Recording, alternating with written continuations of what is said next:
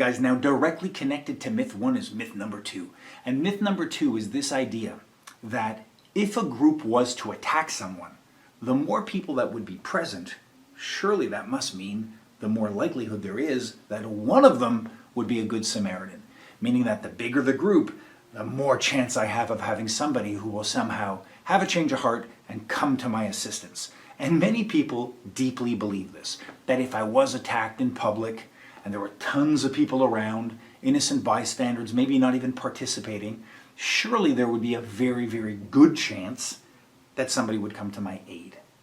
Now the difficulty is multiplicity of people can be its own motivator, meaning that the more people that are present, the more likely you are not to have assistance, but to have accessories, additional people attacking you.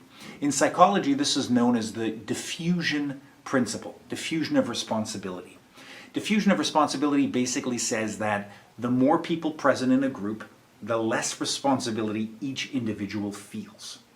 So, why this is happening? Well, we assume perhaps it's because people are saying, well, I don't need to really help this homeless guy that I'm walking by because there's all these people around me, so surely somebody else will. Whereas if I was alone walking by this homeless person, I'd be more likely to feel something like a direct emotional connection. So it could simply be a passing of the buck. Like, somebody else will do it, it's not my problem. And we all are guilty of having this diffusion of responsibility in some aspect and some responsibility in our life. A second possible motivator for this could be that people think, if I don't do it, I'm not going to get caught. No one's going to notice. No repercussions. And don't be fooled for a second. Many of us have a lot of actions and correct behavior that comes out only because of consequence. If we didn't think we would have been caught, we would be more likely to do X, Y, and Z. So ramifications and culpability is a huge motivator. But whatever the ultimate reason is for it, we know that psychologically speaking, sociologically speaking, this phenomenon of diffusion of responsibility is a very real thing. This is what motivates, a businessman in a tie with his 12-year-old son to suddenly partake in a riot that breaks out after a sporting event. This is what makes otherwise law-abiding citizens kick in windows and start smashing things at parades or get out of control. This is, at some level, the base element that we see not only in soccer hooliganism, but that we'll see at Mardi Gras, or even going back through history in the Bacchanal or open public, pagan orgies and festivals of this like. In fact, if you're interested, there's a very good book by Barbara Ehrenreich, which is called Dancing in the Streets. And she posits an argument in that there is a need for collective social outpouring of emotion, which used to be codified and ritualized in these types of festivals, but when those festivals are taken away, when they become taboo, when they become archaic, it still is there as a need, and it will manifest in parades and riots and sporting events and things like this. So very interesting take. But the reason it happens, again, is because there is a diffusion of responsibility. I can tell you as a bouncer, very often I would be performing an intervention, and somebody who is otherwise a perfectly good client will just run up and smack a bottle at you or throw a drink at you or take one hit. Very often people in a crowd, when they see a fight happening, are likely to come in and throw in a single kick and then go out.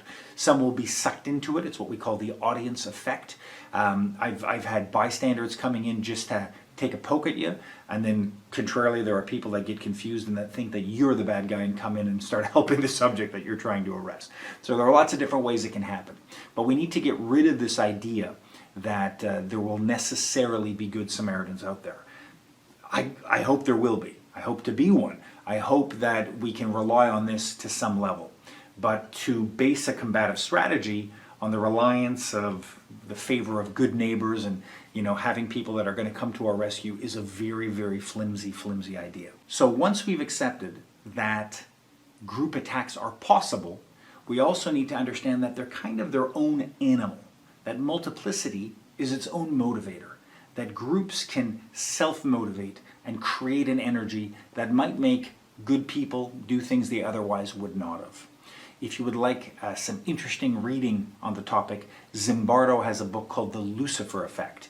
and he looks at the Stanford prison experiments, and he looks at how things like simple hierarchy of responsibility and authority can make people bypass certain levels. He takes it all the way into Nazi Germany and asks, how can a group of people be guided by a small minority to do things that they otherwise would not? So this is all about diffusion of responsibility, and that's an excellent read if you're interested in getting deep on that topic.